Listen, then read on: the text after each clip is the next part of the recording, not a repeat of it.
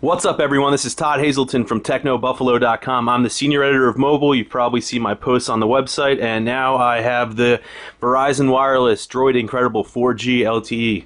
Yes, it's a mouthful. Now let's get to an unboxing. Quickly pop it open. Here's the phone itself. Now keep in mind, this is sort of like Verizon's iteration of the One X, although it's a bit watered down from what you'd get on Sprint with the Evo 4G LTE or AT&T with the HTC One X. Quick look at the phone. You've got the touch buttons on the bottom here. Nice little red accent power button up top next to a 3.5mm headphone jack. Really cool, sort of contoured back here. It's got a nice rigid gripping. This is sort of in line with what Verizon has always offered with their LTE phones, or their Incredible phones rather. So you've got the red accents and this contour design that we saw on the earlier ones. Of course, there's also Beats audio support, so you get some of the features that you find in the One X series. There's the micro USB charging port. Under the back, you've got a 1700 milliamp hour battery, and this does support Verizon's 4G LTE network.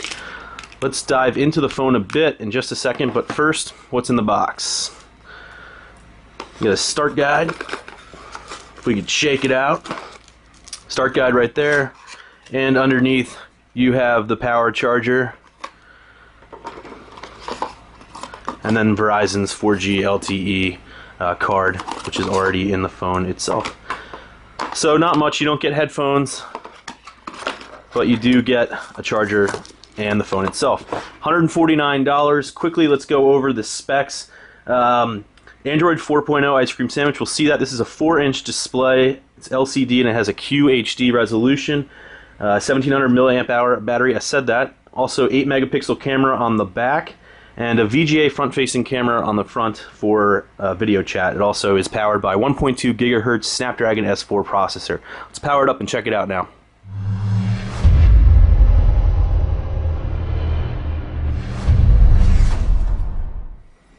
And we're back, and I have the phone all powered on. Right here you can see we've got the Sense user interface, Sense 4, which actually has a lot of enhancements.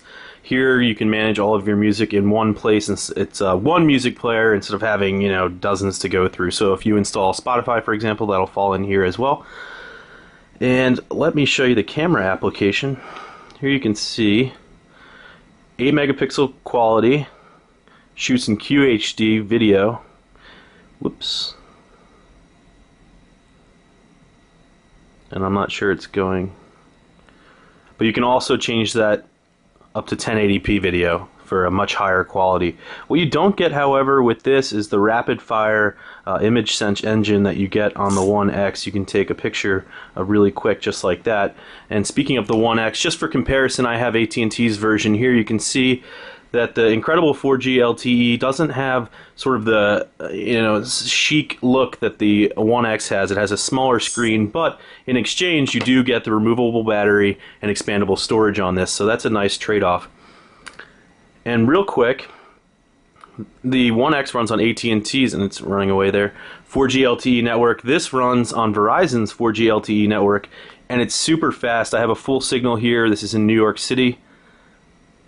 And we're cruising up to 20 megabits per second down right now, 21, sort of peaking out. And on the upload side, we hit 16, and I've done this a little bit this morning, so you can see I actually have several results reflecting really solid speeds, the lowest of which was 10 megabits per second on the download speed, and looks like 11.9 on the upload, so super fast LTE speeds there.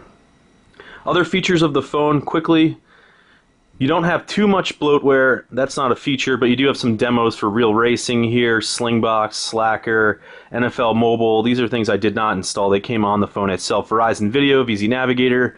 VZ Navigator, I guess, is nice, but really you don't want to pay for that. This comes with free navigation itself, so there's no real reason for that to be on this phone. Everything's super snappy. We can see that it's a Snapdragon S4 processor, really great chip, and I've always loved using it. I kind of wish this had a dedicated phone or camera button, but it doesn't.